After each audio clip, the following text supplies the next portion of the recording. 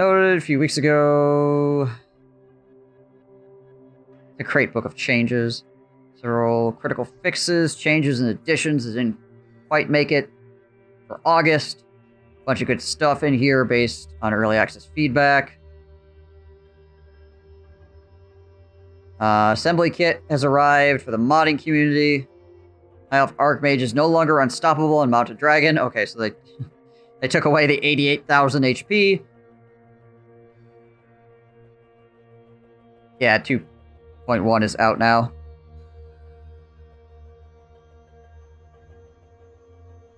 The Warriors of Chaos can now subjugate all human and elf races. Archeon and Be'lakor can now confederate the other Warriors of Chaos factions upon capturing their final settlement. Okay, well, that makes sense that they'd be able to do that. Oh, they can now confederate the other Warriors of Chaos factions upon capturing their final settlement. Oh, okay. It's not vassalizing or subjugating, it's actual confederation. Neat.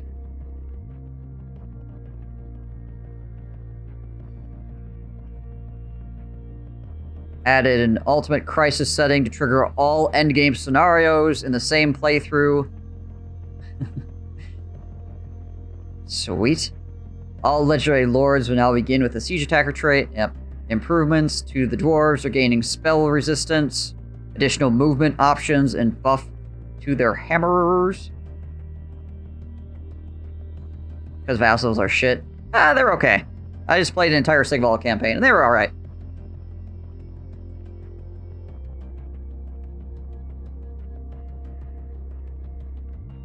Stationary vortex spells have been rebalanced so the targets have a chance to react.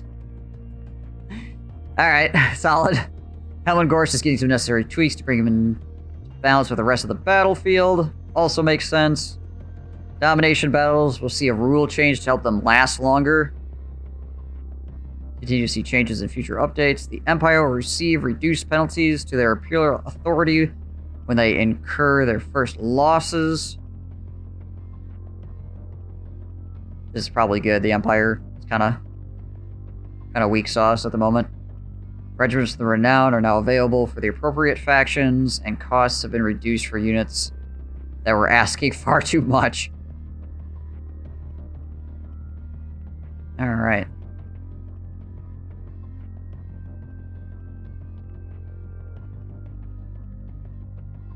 Assembly kit, database editing, battle map creation, pack file generation. Cool. Fix a crash triggered upon sacking and immediately subjugating a settlement. Fixed a crash when teleporting to the quest battle. Fixed a bug where declaring war via the threaten mechanic would prevent allies from being invited along to the war.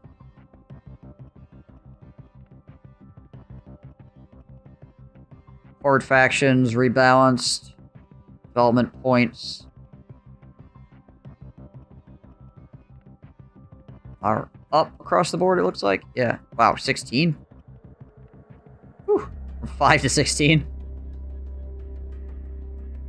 Default development point growth rate is now consistent throughout the primary Horde chain. In the early game, it now takes 2 turns to generate a new point. Later scales down to 1 point per turn due to building skills and technologies. Move the development points for Horde slots. Automatically unlocks when purchased. Alright. Well, I guess we'll see how this works out. I don't really have strong feelings about this. It's different, I guess. Upgrades only cost money, no additional development point cost. Black Arcs have a lower default development point growth rate. They also enjoy the benefits of settlement growth. Right. Vampire Coast ships and Dekai's Horde have higher default development point growth rate as they rely on the advancement key faction mechanic. They also reduce the AI Horde growth rate. Oh, development points. Alright, again, it's just different. We'll see how it works out, I guess.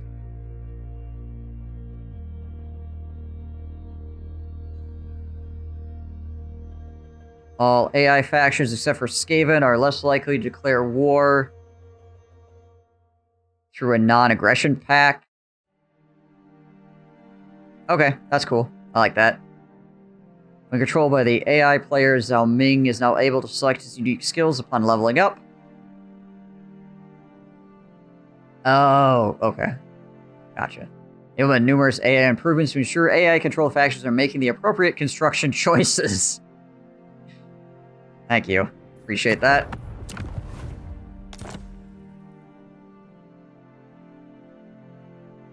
Fixed rate horde growth. Yeah, it kind of looks that way.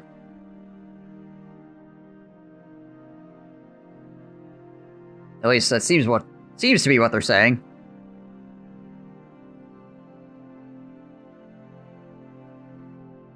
We'll see if this update is crashing my stream. Seems to be okay so far. Updated the cost and upkeep of regiments of the renown units, some of which cost significantly more than intended. Right. Stationary vortexes, namely Pit of Shades, Towns of Night, and Infernal Gateway, currently offer far too little counterplay. As such, we are increasing the cast wind-up and reducing the overcast damage per second to give players more time and agency to react to spells. Yes, I agree, this is good. Will make my life more difficult, blowing people up? Yes. Do I think not being able to react to this crap is bad? Yes. So, I'm glad. It's only up to 6 seconds, only 1 extra second. So. And the overcast damage is down from 10 to 8, which could be significant overall. We'll have to see how crazy the cast is. Fixed broken technology links in the Fey Enchantress technology tree. Cool. Demon Prince will no longer try to claim the Sword of Cain, which he can't equip. Nice. Good job, Daniel. Demon Prince bespoke sounds tied to specific body parts, but will update properly when equipped. Place the blue horrors in Bellacor's starting army with pink horrors, as he cannot normally recruit blue horrors.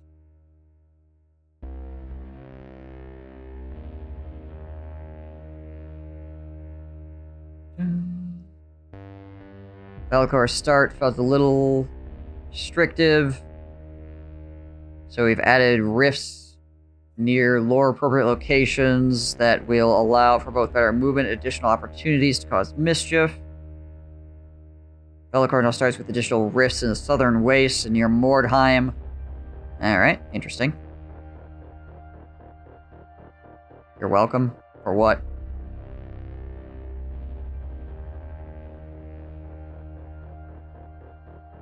Blood Voyage armies are now able to replenish as they were in Warhammer 2. Oh, this got removed and put back again? Alright. Hellebrand no longer has 2 Chaos Corruption effects applied at the same time in lowest tier Death Knight effects. Oh, gotcha.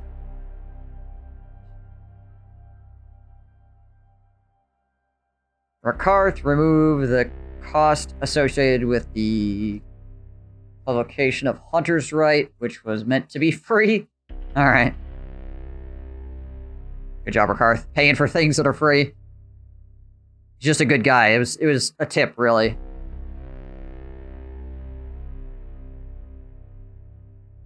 Added missing abilities for characters during the Rise of Darkness quest battle. Dwarves.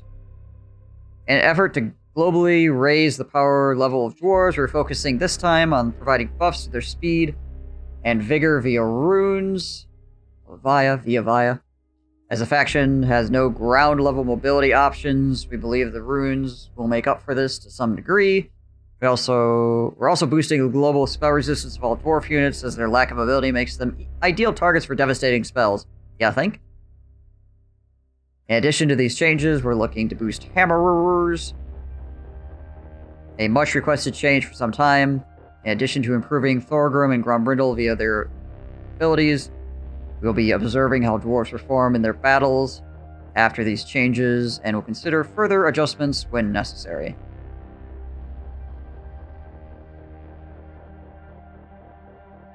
Adjusted the cost of rune crafting. -50 to -25. Hungrim Iron Fist, the starting grudge against vampire accounts will now target the correct faction. Well,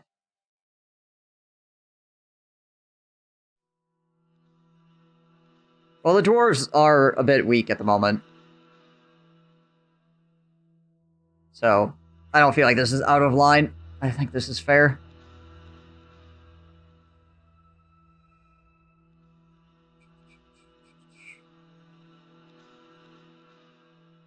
Made the adjustment to the spell resistance from 25 to 35, which, again, is fine because it only affects spells now.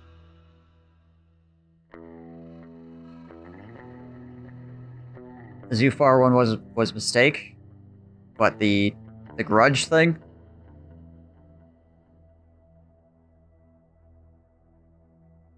Hammers now will get more hit points. They will not have splash attacks, the magical attacks.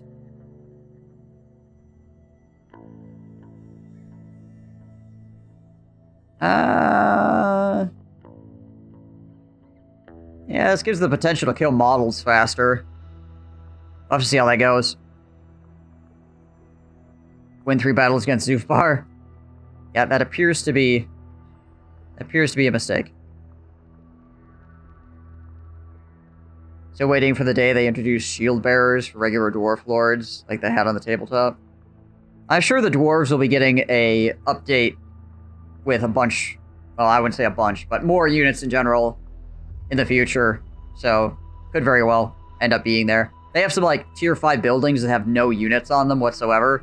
So it wouldn't shock me if they got some unit updates and some high tier stuff to go on those, like, tier 5 buildings instead of just having, like, some bonuses or whatever. Thorgrim Grudgebearer now activates in melee combat. What? No. High King Thorgrim Grudgebearer abilities. Activates the melee combat. Map range effect. Buffs armor piercing weapon damage. Okay, so it just buffs armor piercing weapon damage now instead of this, which is probably better?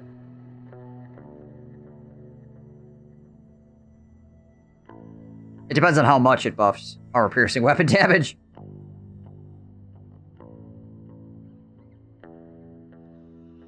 Put miners in the tier 5 buildings.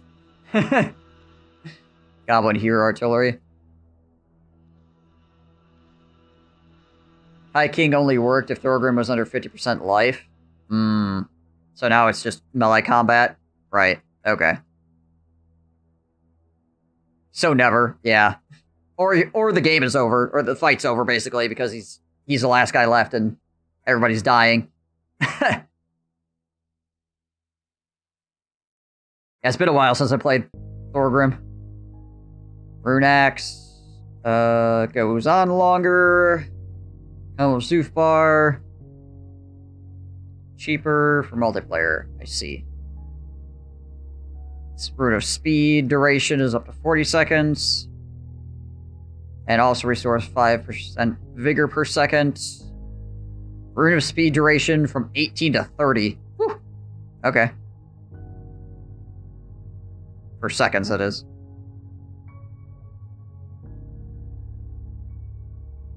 Let me take a look. Ah. Yeah, that'd be pretty cool. I'd dig that.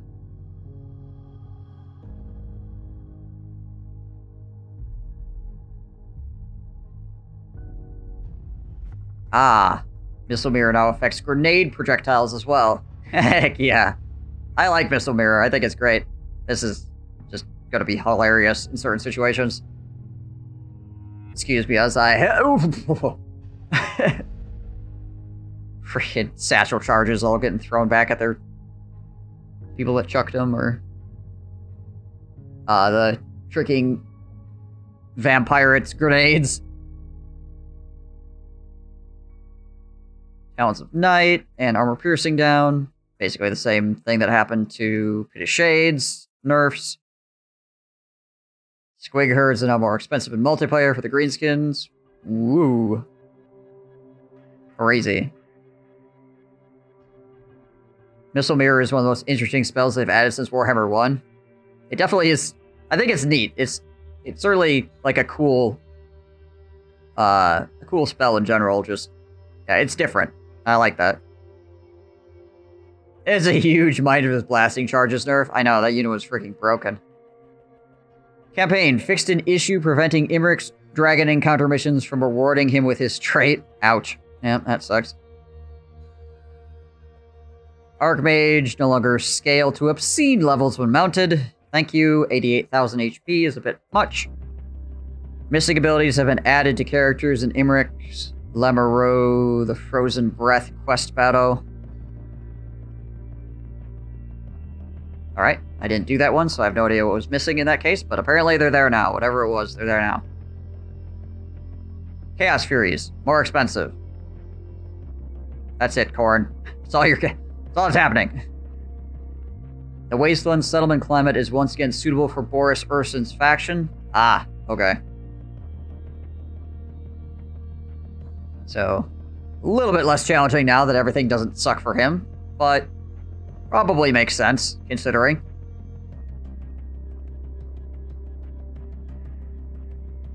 Oxsaddle's threat map will now properly scale to the size of the Immortal Empires map. Poison skills now display the ancillary in the tooltip. Poison skills will now also unlock at the correct ranks. Now some funky stuff going on with Oxyatl.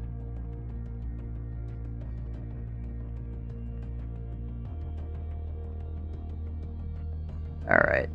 Furies are just apparently more expensive now. Somebody must have been using them really well in multiplayer, being annoying. Harbinger of Pestilence. Festus. Damage cut in half. Healing elixirs also cut in half. Whew. Schmack! We appear to have overtuned the man. Let us take those numbers and have them. Jeebus. Alright. Armor of Malady no longer applies duplicate melee defense buffs to Plaguebearer units. Jesus, what the frick? Alright.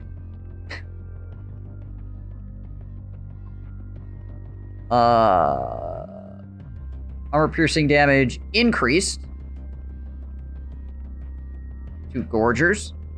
Okay, well, starting to buff them again. Moving them back up.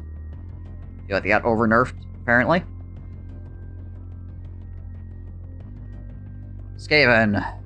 Clan Molder's growth fat now correctly empties when the rituals have been upgraded to the next level. An extra army marker no longer displays the edge of the front end map for Clan Pestilence.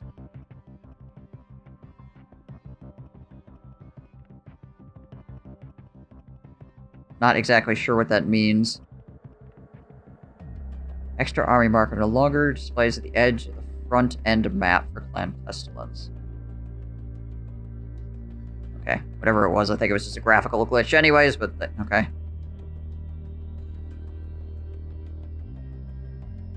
I think Festus needed that for multiplayer, but I haven't played him in campaign, but he seems super strong in campaigns, so I don't imagine it makes him useless. Yeah, my understanding is he's just blowing people the hell up in campaign. But yeah, probably multiplayer is miserable to fight him. Devoted Marauders of Slaanesh. More expensive. This makes sense. Like, Marauders of Slaanesh get immune to psychology and Strider. Those are pretty strong. And Furies are once again more expensive. Gate of Slaanesh, update to recharge from when winning in melee combat to when engaged in melee. Okay. The Empire. Fixed a bug with the electric count. Previews would persist, even when hovering over empty space in the panel, making it difficult to click the revoke title button. Okay. I can just imagine people fighting with this and being very frustrated. The addition of Festus meant the Empire players could find themselves losing a lot of Imperial authority very quickly in the early game if Festus destroyed Hochland. The electors are now more lenient for the first loss so you have more time to respond and deal with the threats. Reduce the Imperial Authority penalties for the first destroyed Elector Count. Elector Count capital cities in Immortal Empire. Subsequent losses remain unchanged. Okay, so somebody can die and you don't immediately just start losing.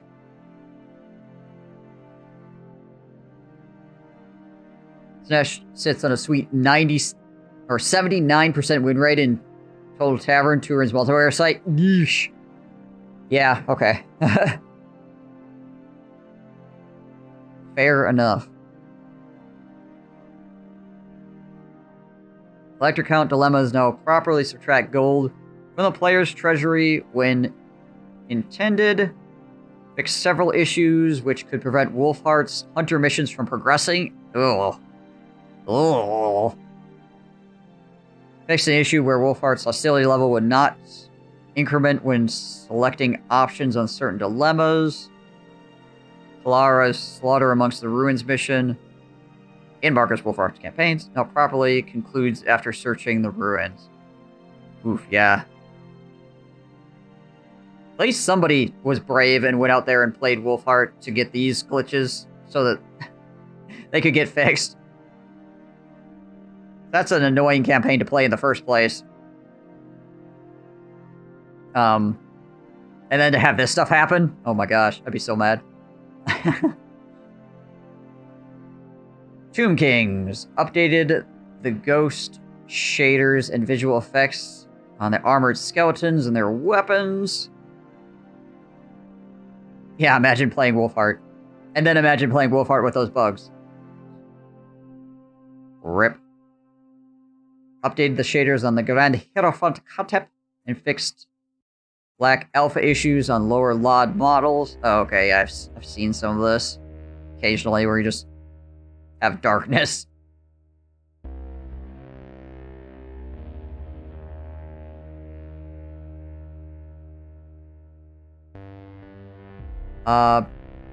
Kapara Guard base damage from 0 to 33. Armor piercing damage from 42 to 9. Removed Frostbite. Aww.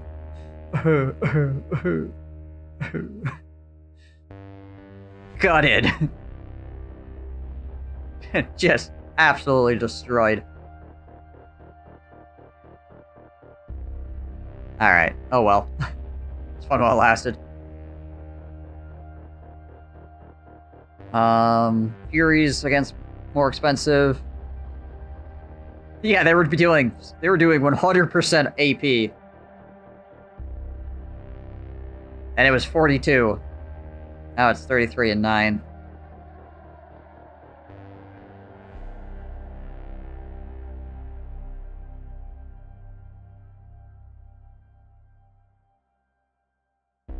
Yeah. But, I mean, like, they were okay before, and then this was cool, right? Now they're just back to whatever.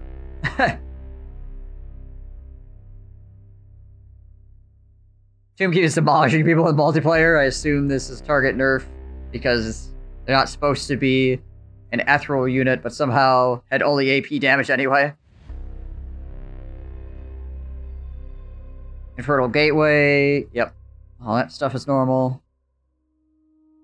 Shade Wraith Gunners now have voices suitable for their ethereal appearance. Cool. Added some reverb to the Shade Wraith Gunners. Sea Dogs fixed an issue which could cause the skill to provide less leadership at level 3 than at previous levels. Neat. I love these like little glitches that are just weird. Have I played as the Tomb Kings yet? I haven't really messed around with them too much. I did a little bit, but not anything too extensive. I haven't played like a full campaign yet. Cold Blade of the Dan Paladin. Chilling Aura instead of Frostbite. Chilling Aura is good.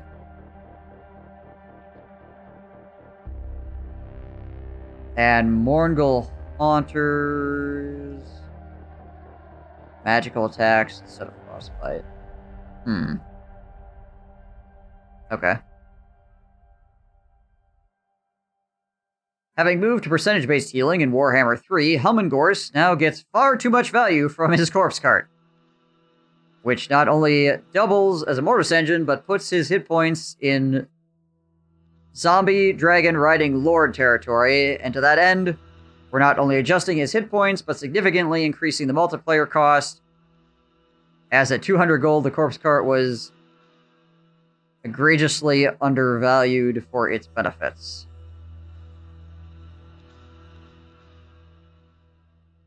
Yeah, I would say so. Down with Gorst. Cryptors, more expensive. Helmengorst, hit points down by 1,000. Multiplayer cost up by 100. Multiplayer cost for the corpse cart from 250 to 800. Ha! Alright. Probably needed it, but still. Whew. Necromancer, also more expensive. Fix an issue preventing Isabella as a hero from switching her mount. Fair enough. Half as much Gorst per Gorst. Warriors of Chaos. Even before their arrival in the Immortal Empires, we received a good deal of feedback about the change of the Warrior of Chaos, the new Champions of Chaos in the live streams and videos created before their launch. In Update 2.1, we managed to capture some of this feedback and implement a handful of changes based on these suggestions from the community. Previously, the Warriors of Chaos could vassalize a broad range of factions via diplomacy, but were comparatively limited in those they could forcefully vassalize via occupation. To address this discrepancy, we're adjusting the occupation option to bring the two into alignment and change. A change that will in particular benefit Festus, who will now be able to vassalize Empire factions. Warriors of Chaos can now perform subjugate occupation upon all human and elven factions. Neat. Due to a variety of issues with the interactions between Confederation and the rest of the Warriors of Chaos features, we chose to hold off on launching with options in Immortal Empires. However, given the relevance of the mechanic to some of the warrior characters, we've implemented a lightweight, high-speed version that allows for limited means to unite the Warriors of Chaos Lords. This is the first step in exploring new ways to give the player access to a variety of legendary lords without some of the knock-on issues related to Confederation. Archaon, the Everchosen, and Be'lakor can now confederate other Warriors of Chaos factions via the new settlement occupation option, which is triggered upon capturing their last available settlement. Upon confederation, only vassals and legendary lords will be transferred. All other characters and armies will be destroyed. Not quite my tempo. I think this is cool. We'll see how much this affects things in general. I don't think the AI is ever going to do this. So this is probably going to purely be a player change. And, yeah, it's cool to have an option when you've actually beat them into the ground to be like, join me. Just very chaos. So, I dig. Particularly Archaon and Be'lakor makes sense for. When Be'lakor gets more updates than Daniel. Who? Daniel who? You like collecting legendary lords in Total War? Well, there's probably going to be a mod for it.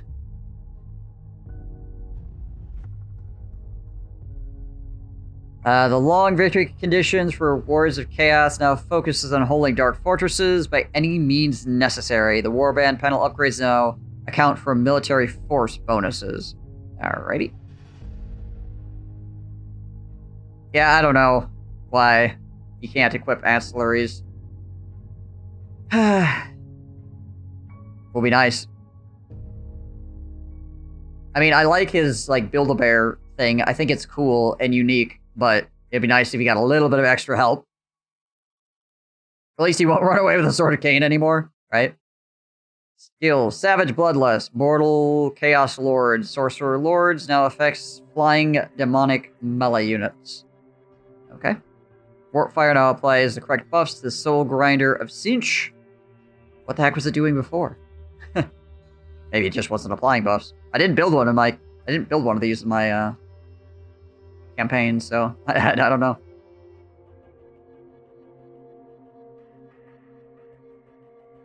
Beligar makes war with Gelt.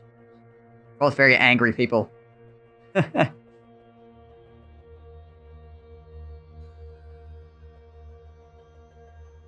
Wood Elves.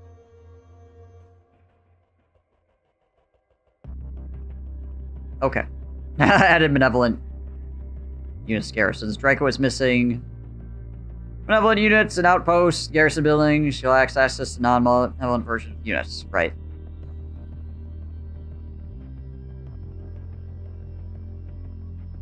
Campaign. Below are the general campaign changes made to the overworld campaign and the world mechanics. The Regiments of Renown units added in Update 1.3 are now available to the relevant factions in the new campaigns. Note they will not be retroactively added to existing saves. All Legendary Lords now have the Siege Attacker trait, enabling immediate siege attacks against walled settlements regardless of whether siege equipment has been built.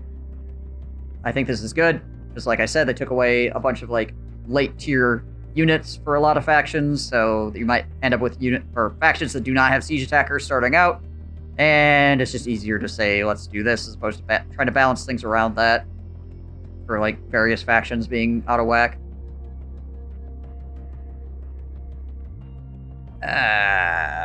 Reduce the likelihood of heroes being pushed out of garrison forces if garrison exceeds 20 units. Oof. Didn't remove, but reduce the likelihood at least. Leader of the Dim Sun's Mighty faction no longer begins mounted on a wyvern. Fix an issue where rebels could prevent invasion factions, such as those created by endgame events, from spawning correctly. You could use rebels to squash invasion factions. Ha, that's pretty great, honestly. You could make that happen on purpose. I would commend you, honestly. Fix an encounter at Sea Marker, which spawned outside of the navigatable map. Should have left this. Just taunting people constantly. Haha! Can't go get it. Fix several areas where green vegetation was incorrectly appearing in several locations around the map. I don't like how multiple factions get access to the same ROR. All Warriors of Chaos having the same RORs active at the same time shouldn't be a thing. It is particularly weird with the Warriors of Chaos, I agree. But I'm not exactly sure how they would fix that properly. But yeah, having multiple Mirror Guard or multiple... There are some units that it seems okay with, but yeah, like multiple Mirror Guard seems very odd. Because it's like a specific person's bodyguard. Possible... Like, only Sigvald should get those guys, but then again, that'd be kind of weird too. It would throw off the whack of everything else. I don't know. Ugh. I don't really like it, but I don't really see a great way of dealing with the situation as it currently stands anyways.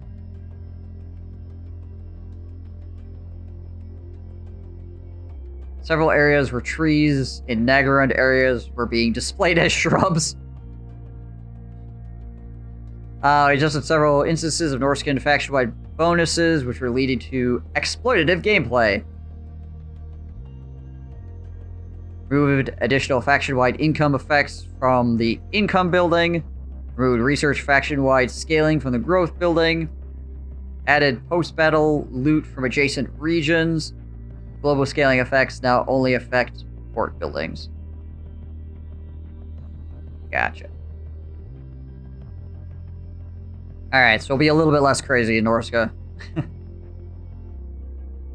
Norska receiving nurse. In addition to the Vampire Coast, faction-wide bonuses leading to similar issues, removed faction-wide scaling effects for income buildings, added faction-wide scaling effect for ports. The Treasurer Minister position now increases port income instead of all income. Update the AI construction setup to reflect the above changes. Okay, I think this stuff is fine, probably, if it's causing massive weirdness in the incomes. Buildings, fix the Warriors of Chaos and Demons of Chaos garrisons at the fortress gates, Empire forts, and bastions, as they were gaining access to all Chaos-related units.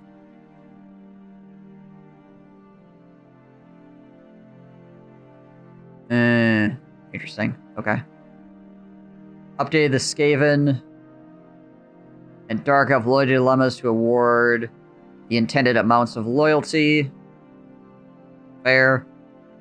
Rare case where Wood Elf forest encounters could spawn and then immediately despawn. They're just like, we're here, we're gone. Nice. Several instances where certain Warhammer 1 dilemmas would unintentionally trigger for the Warhammer 2 races.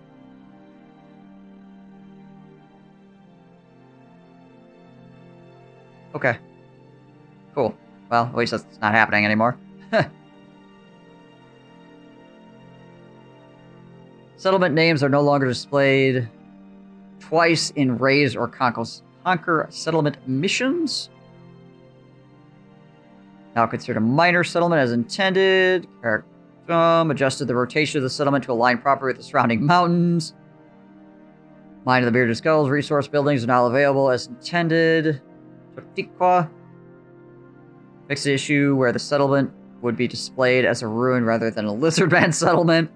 They're hiding. Leave them alone. It's freaking Tic Tac as well, isn't it? Totalwar? I think that's him.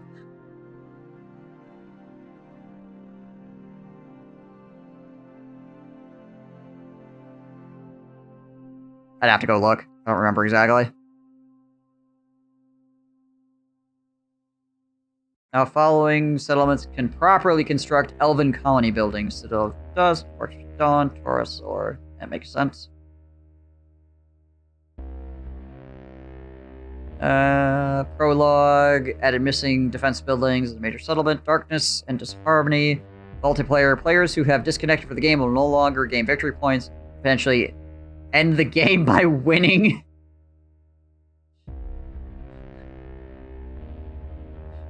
Awesome. Beating everybody while disconnected. Fixed Immortal Empires. Fixed instances where certain buildings would claim that they prevented Chaos Rifts from opening local province in the Immortal Empires game mode where rifts aren't much of a concern. Okay, so this was not intended then. I thought this was for the rifts from Bellicor or whatever, but I guess this just wasn't intentional in general. Okay, fair enough.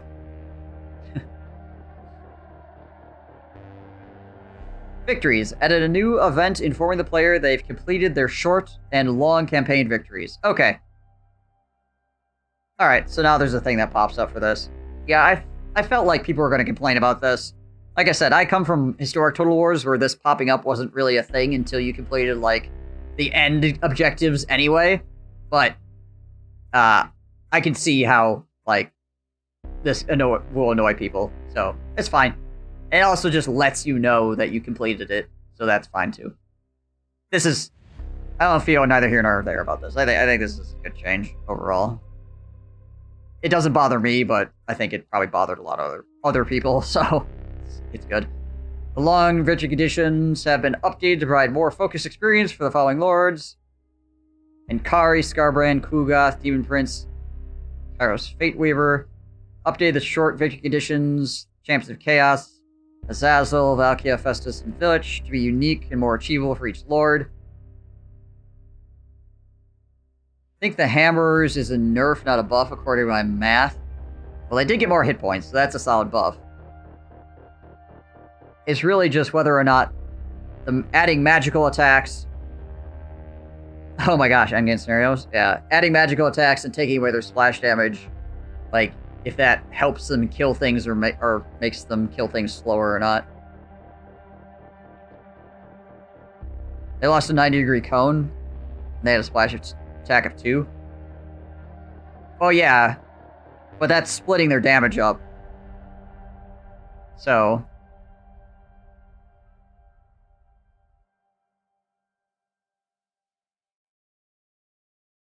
So now if they land a hit, all the damage is going to one model, which could end up allowing them to kill models faster, but deal less, like, spread damage. So I'm not sure.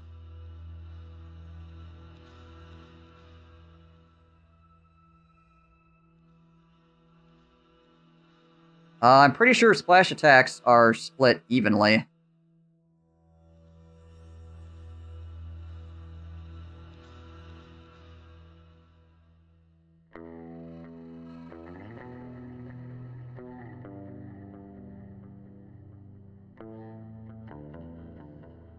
Unless they changed something about that recently.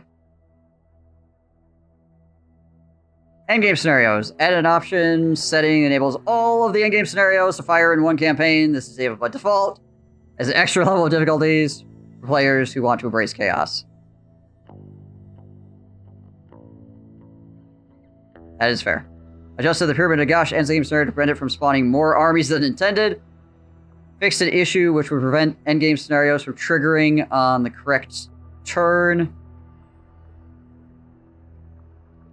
It depends on the size of the creature attacking, whether it's split. Well, yeah.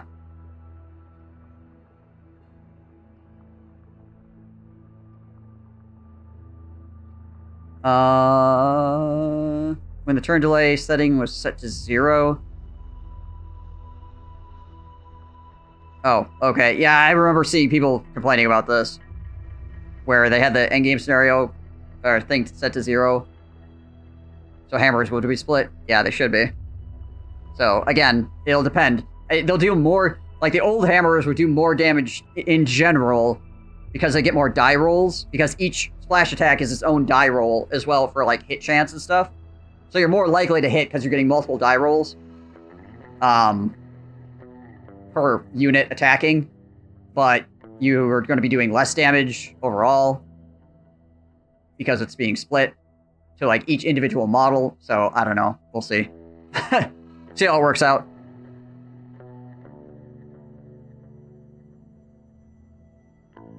Endgame will no longer trigger if the player has confederated all possible targets or otherwise invalidated the scenario conditions. Alright, interesting. Add a camera pan over endgame scenario points of interest when the scenario commences. Corrected some misleading text in A Grudge Too Far to Wild Hunt endgame event descriptions. Are you going to play with all endgames active next campaign then? Maybe. Battle-specific changes. We're almost there, chat. We're almost through these changes. Be'lakor is now player in custom and multiplayer battles without the need to complete the Realm of Chaos campaign. Okay, so that thing we just talked about, they took it out. Oh, well, maybe you can't play him in campaign yet still without doing a Realm of Chaos campaign. There are certain decorative elements of Sineshi walls which could block artillery damage. Galleon's Cove area will now probably load the island battle map. The Hayek area now probably loads Vampire Account Settlement to match the campaign settlement model. Updated instances where unintended buildings could be targeted on certain battle maps.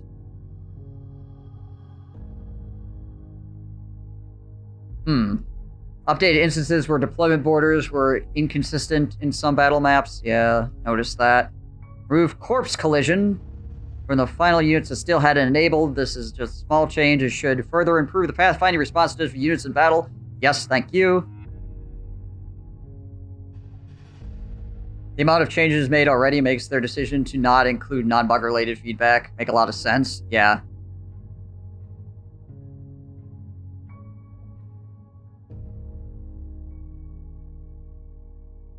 You're having a friend who didn't close. You're doing some testing? Neat. Alright, let us know. Remove some floating scenery in the Lustria Hills Ogre Camp. Bloodfire Falls. Fix an issue which caused dismembered artillery crews to remain active after their death. I noticed this as well. It's hilarious. Kind of sad that it's gone. Fixed a positioning issue which would result in some mishmash combat animations to be misaligned. Yeah, I think I noticed this too.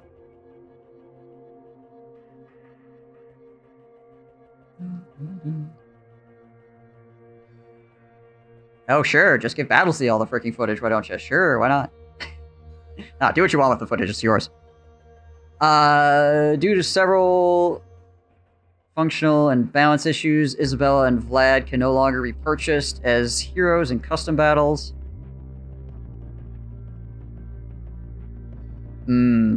Interesting.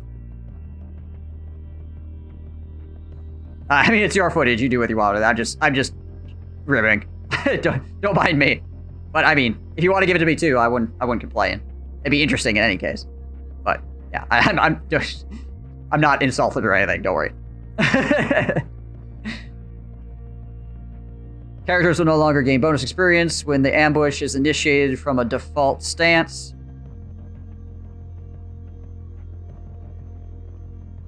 Ah, okay, right, gotcha. Yeah, that probably is good. Domination battles, I don't really think I care.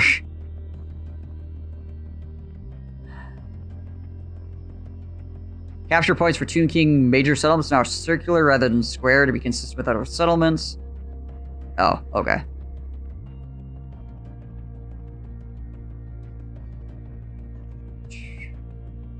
There are changes to the systems that support or enhance the gameplay of Warhammer 3. Fixed graphics, fixed several instances where the dwarf shields will not load correctly when viewing the equipment from a distance. Fixed a visual bug in minor settlement battles where green boxes would appear where enemies had built towers, barricades after capturing a point.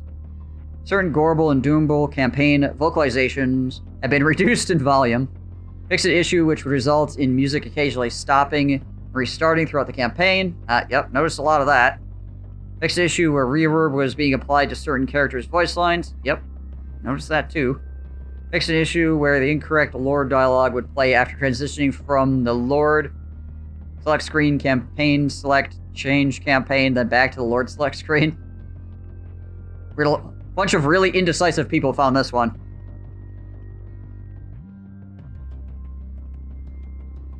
UI. Unit cards in the campaign select screen no longer have modifiers applied, which result in display massively boosted stats.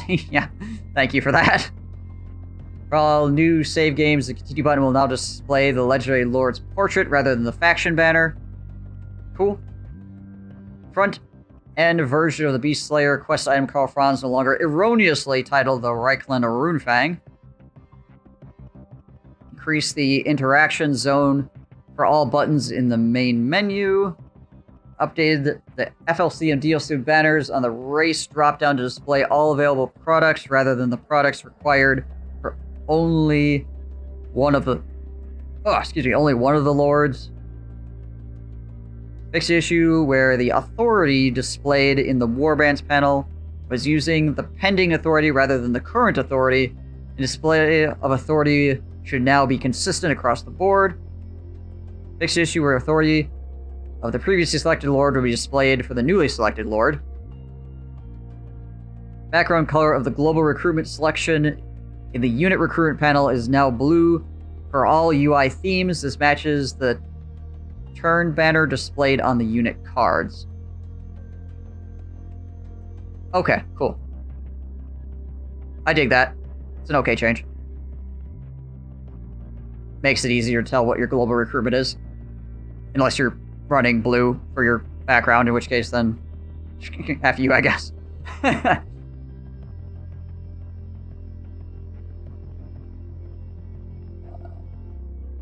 The background color for the local recruitment selection has been updated from red to green to match improved...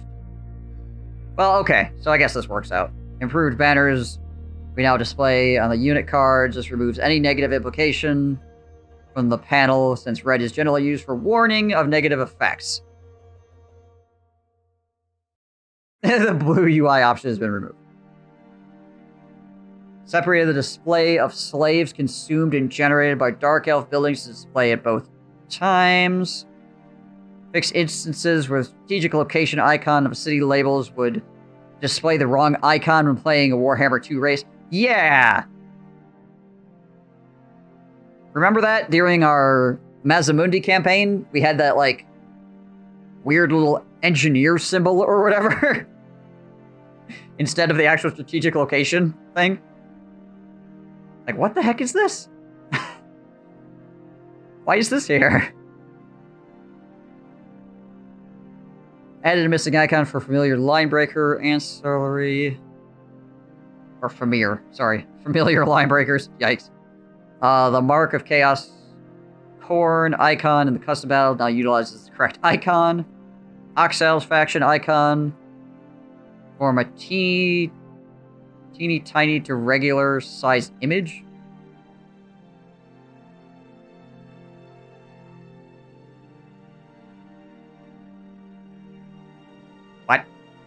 not sure what this means. Corrected inaccurate effect icons for the monstrous strength skill.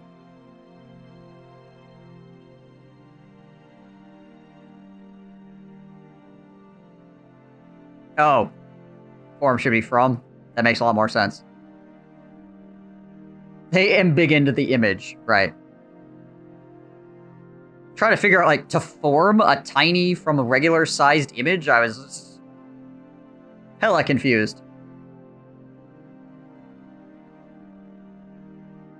Yeah, I get that now. From makes sense. Form does not.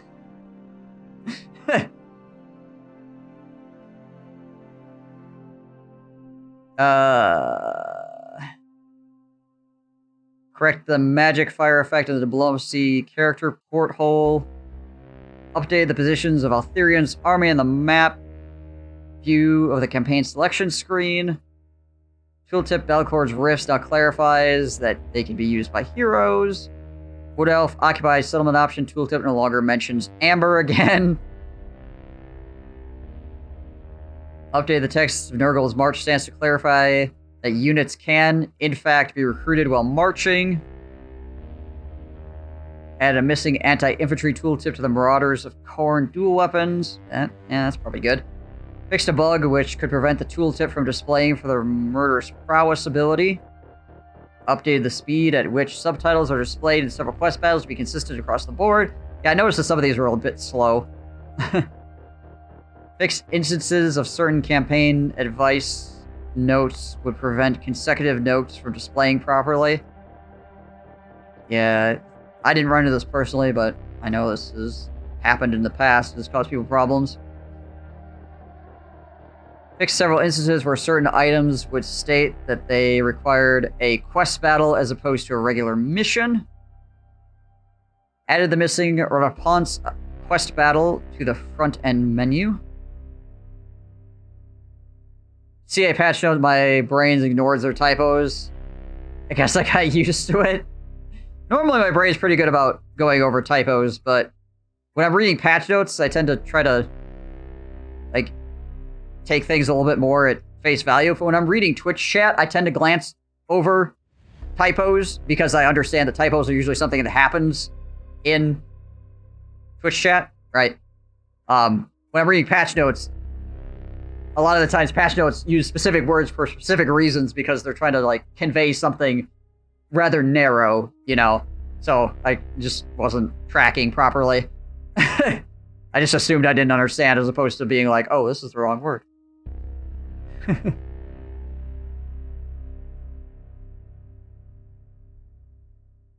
Which is my bad, I guess.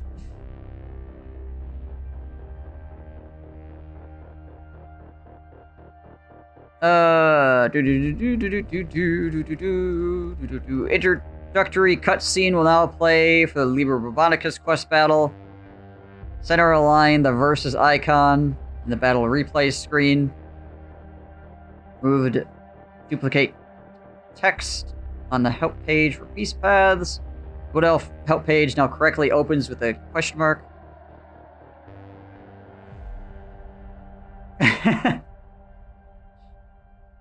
Shots fired at GJ specifically. Cypher91, thank you for the follow. Appreciate that. Localization. The English loading text in the launcher now localized for all available languages.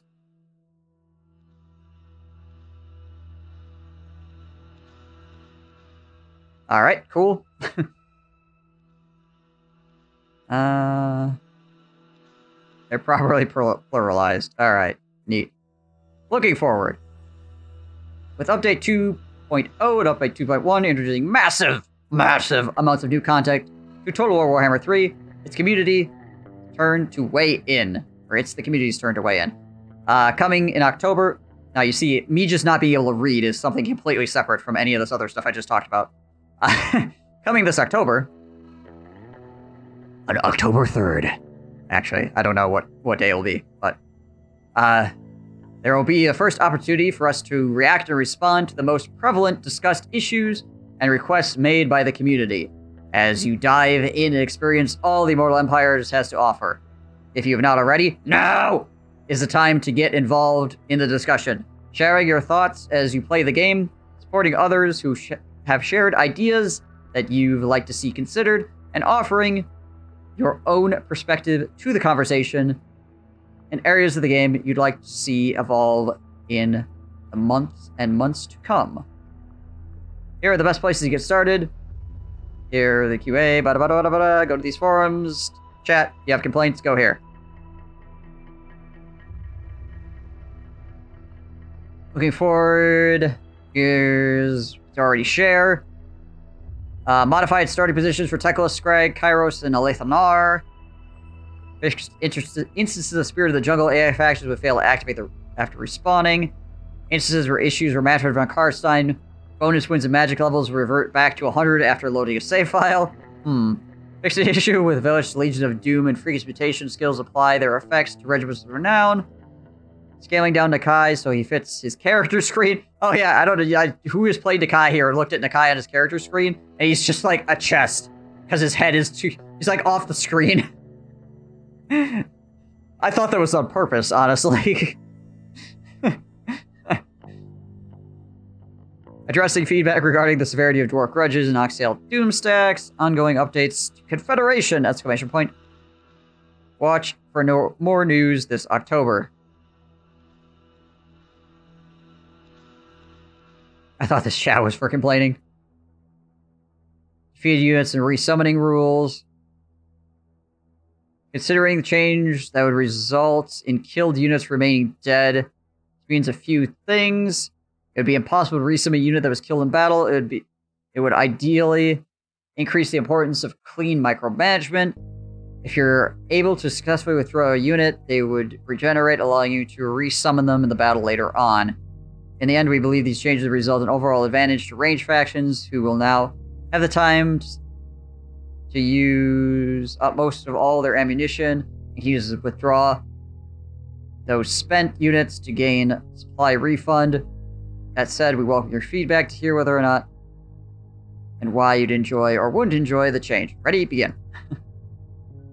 A point of feedback. Since the release, continuing to look at how to improve settlement battles based on player feedback. Unfortunately, this is a complicated matter to untangle and fix, so we are looking at what incremental changes can be made to the 2.2 as we rework or we work on larger changes for future releases. Rest assured that we hear your concerns and we are looking opportunities to improve battles in the future.